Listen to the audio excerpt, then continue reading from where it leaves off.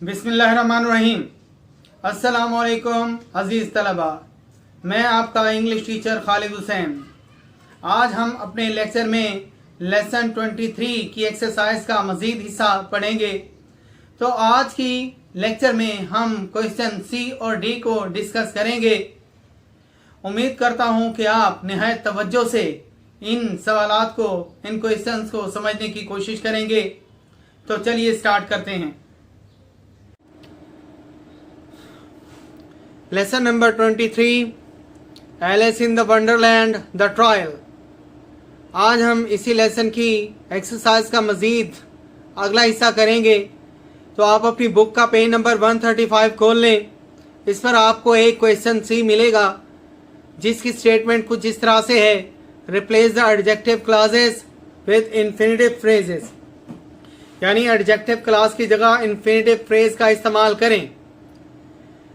Infinitive phrase के बारे में मैं आपको पिछले लेक्चर में बता चुका हूं, लेकिन इस क्वेश्चन को सॉल्व करने से पहले एडजेक्टिव क्लॉज के बारे में भी बताना जरूरी समझता हूं।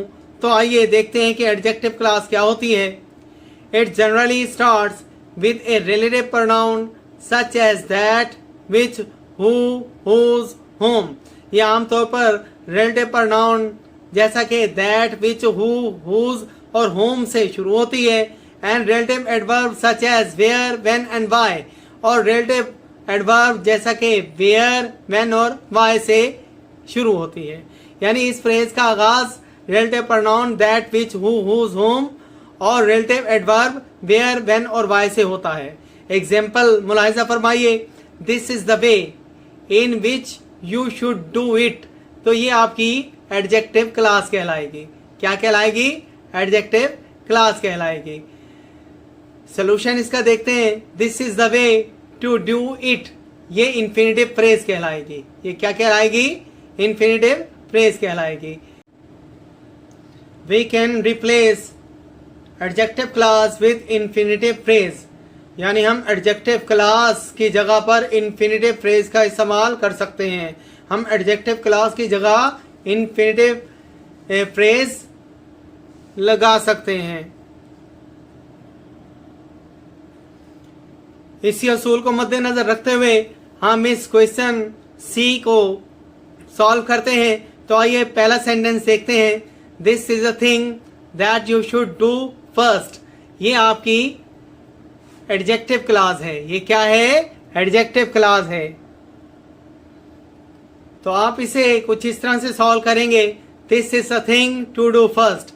आप दैट, यू, शुड को रिमूव करके इसकी जगह टू का इस्तेमाल करेंगे और अगली स्टेटमेंट वैसे की वैसे ही लिख देंगे। दूसरा सेंटेंस है, here is an exercise that you should do use for you. यानी आप इसमें फॉर का इस्तेमाल करें और उसके बाद जो भी सब्जेक्ट है उसका ऑब्जेक्टिव केस लिखें। तो इसका सोल्यूशन कुछ इस तरह से होगा, here is an exercise, for का इस्तेमाल किया, दैट को रिमूव किया, यू का ऑब्जेक्टिव केस हमने यू ही लगा दिया क्योंकि यू का ऑब्जेक्टिव केस यू ही होता है, फॉर यू। उसके बाद शुड को रिमूव करते हुए हमने टू का इस्तेमाल किया, टू लगाया और वर्ब की फर्स्ट फॉर्म यानी इसे इन्फिनेटिव बना दिया, टू डू यानी इन्फिनेटिव बना दिया। तो स्टेटमेंट जो हमारे सामने आई, here is an exercise for you to do.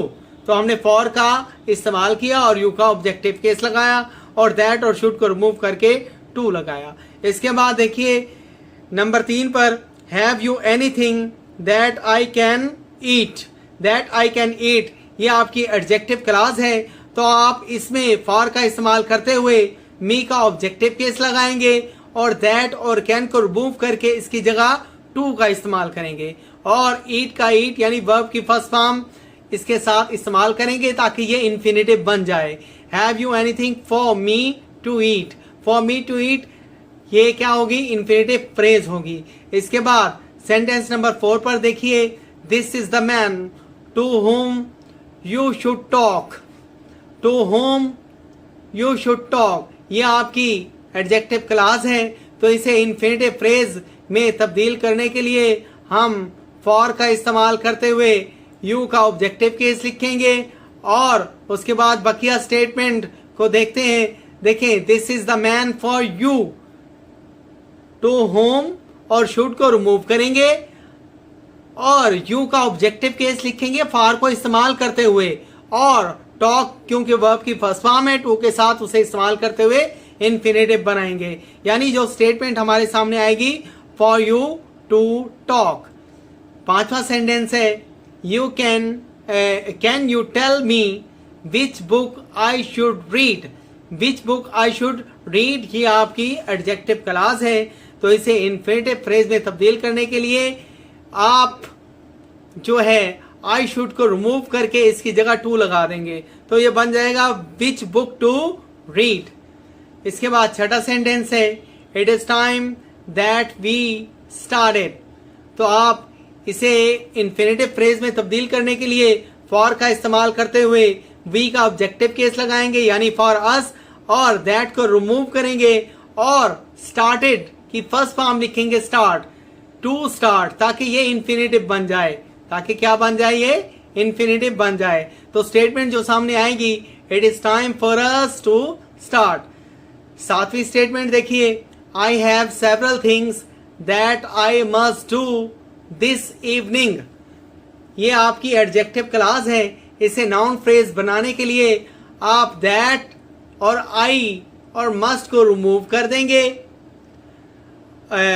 और इसकी जगह आप टू का इस्तेमाल करेंगे नहीं, यानी दैट आई मस्ट को रिमूव करते हुए टू लगाएं और ये टू डू बन जाएगा और बकिया स्टेटमेंट आप वैसे की वैसे ही लिख देंगे।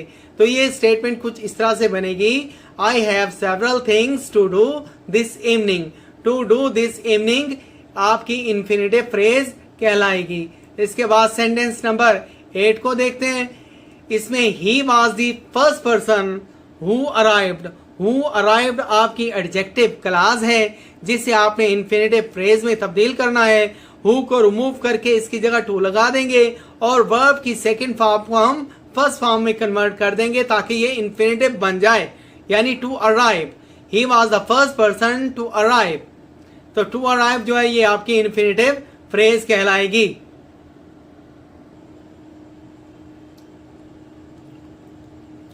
तो आइए इसी एक्सरसाइज के नेक्स्ट क्वेश्चन की तरफ चलते हैं। आप अपनी बुक का नेक्स्ट पेज यानी पेज 136 खोल लीजिए। इस पर आपको एक क्वेश्चन डी नजर आएगा, replace the noun clauses with infinitive phrases use for when necessary. कहता है नाउन क्लॉजेज को आप इन्फिनेटिव फ्रेजेस में तब्दील कीजिए, उनकी जगह इन्फिनेटिव फ्रेज का इस्तेमाल कीजिए और जहां पर जरूरत पड़े, जहां पर जरूरी हो, लफ्ज फॉर का भी इस्तेमाल करें। एग्जाम्पल मुलाहिजा फरमाइए, he lifted up his little son so that we could see him. So that we could see him यह आपकी नाउन क्लॉज है, तो आपने इसे इन्फिनेटिव फ्रेज में तब्दील करना है फॉर का इस्तेमाल करते हुए। सो दैट को रिमूव करके हम फॉर लगा देंगे और वी का ऑब्जेक्टिव केस हम अस लगा देंगे और उसके बाद कुड को रिमूव करेंगे और इसके बाद मौजूद ऑब्जेक्ट को भी रिमूव करके हम सी के साथ टू का इजाफा कर देंगे, यानी इसका इन्फिनेटिव बना देंगे। वर्ब के साथ टू का इजाफा करके इन्फिनेटिव बना देंगे। तो स्टेटमेंट बन जाएगी for us to see. For us to see ये आपकी इन्फिनेटिव फ्रेज कहलाएगी जी। तो अब इसी असूल को मद्देनजर रखते हुए हम इस क्वेश्चन को सॉल्व करते हैं। आपका पहला सेंटेंस है, she switched on the light so that everyone might see the picture। so that everyone might see the picture ये आपकी नाउन क्लॉज कहलाएगी। तो आपने इसे इन्फिनेटिव फ्रेज में तब्दील करने के लिए so that को रिमूव करना है, उसी जगह for का इस्तेमाल करेंगे। everyone का ऑब्जेक्टिव केस भी everyone ही होगा। उसके बाद might को रिमूव करेंगे और इसकी जगह टू का इस्तेमाल करेंगे वर्ब की फर्स्ट फॉर्म के साथ, यानी सी के साथ टू का इस्तेमाल करेंगे ताकि ये इन्फिनेटिव बन जाए और बाकी स्टेटमेंट को हम वैसे का वैसे ही लिख देंगे। तो हमारे सामने जो स्टेटमेंट आएगी फॉर एवरीवन टू सी ये आपकी इन्फिनेटिव फ्रेज कहलाएगी। दूसरा सेंटेंस है, the teacher held up the picture so that we could see. So that we could see ये आपकी नाउन क्लॉज है। आप इसे इन्फिनेटिव फ्रेज में चेंज करने के लिए सो दैट को रिमूव करके फॉर लगाएंगे और वी का ऑब्जेक्टिव केस अस लगा देंगे और कुड को रिमूव करके उसकी जगह टू का इस्तेमाल करेंगे। फॉर अस टू सी, ये आपकी इन्फिनेटिव फ्रेज कहलाएगी। तीसरा सेंटेंस है I gave him a letter so that he could post it. I gave him a letter to post it, हमने सो दैट को रिमूव किया और फॉर का इस्तेमाल हमने यहाँ पर नहीं किया, और ही कुड को भी रिमूव कर दिया और इट को भी रिमूव कर दिया। यानी पोस्ट के साथ सिर्फ और सिर्फ इन तमाम को रिमूव करने के बाद टू का इस्तेमाल किया ताकि ये इन्फिनेटिव फ्रेज बन जाए। इसके बाद नेक्स्ट सेंटेंस की तरफ आते हैं। चौथा सेंटेंस है। चौथे सेंटेंस में the headmaster came to my house so that he could speak to my father. So that he could speak to my father, ये आपकी नाउन क्लास है, तो इन्फिनेटिव फ्रेज में तब्दील करने के लिए सो दैट ही कुड को आप रिमूव कर देंगे, इसकी जगह टू लगा देंगे, तो स्टेटमेंट बनेगी to speak to my father, ये आपकी इन्फिनेटिव फ्रेज कहलाएगी। इसी तरह पांचवा सेंटेंस है he borrowed my pen so that he could sign his name. So that he could को रिमूव करके इसकी जगह आप टू लगा देंगे और बकिया स्टेटमेंट साइन हिज नेम वैसे की वैसे ही लिख देंगे, तो टू साइन हिज नेम आपकी इन्फिनेटिव फ्रेज कहलाएगी। इसके बाद हम सेंटेंस नंबर 6 करते हैं।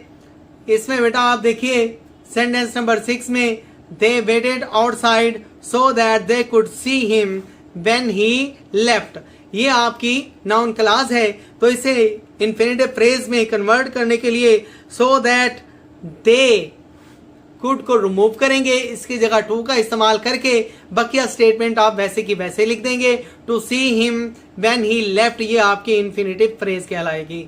आगे सातवीं स्टेटमेंट है he held up a looking glass so that she could comb her hair. हाँ जी, तो इसे आप इन्फिनेटिव फ्रेज में तब्दील करने के लिए सो दैट शी को रिमूव कर देंगे और इसकी जगह सो दैट शी कुड को रिमूव करके इसकी जगह टू लगाएंगे और बाकी कॉम हर हेयर वैसे की वैसे ही स्टेटमेंट लिख देंगे, तो statement to comb her hair आपकी इन्फिनेटिव फ्रेज कहलाएगी। आठवां सेंटेंस है his mother gave him a flag so that he might wave when the king went by. हाँ जी, तो ये आपकी नाउन क्लास है, इसे इन्फिनेटिव फ्रेज में तब्दील करने के लिए सो दैट ही माइट को रिमूव करके इसकी जगह टू का इस्तेमाल करेंगे और wave it when the king went by, ये स्टेटमेंट वैसे की वैसे ही लिख देंगे, तो to wave it when the king went by ये आपकी इन्फिनेटिव फ्रेज कहलाएगी। जी अजीज तलबा, तो ये था हमारा आज का लेक्चर। उम्मीद करता हूँ कि आपने इसे अच्छे तरीके से समझ लिया होगा। फिर भी आपके जहन में अगर इसके बारे में कोई सवाल हो या कोई किसी किस्म की समझ ना आई हो तो आप मुझसे मेरे व्हाट्सएप नंबर पर रब्ता कर सकते हैं, और उम्मीद करता हूं कि आप हमारे YouTube चैनल्स को सब्सक्राइब करते रहेंगे ताकि इस तरह के मुफीद लेक्चर्स आपको हम सेंड करते रहें। शुक्रिया।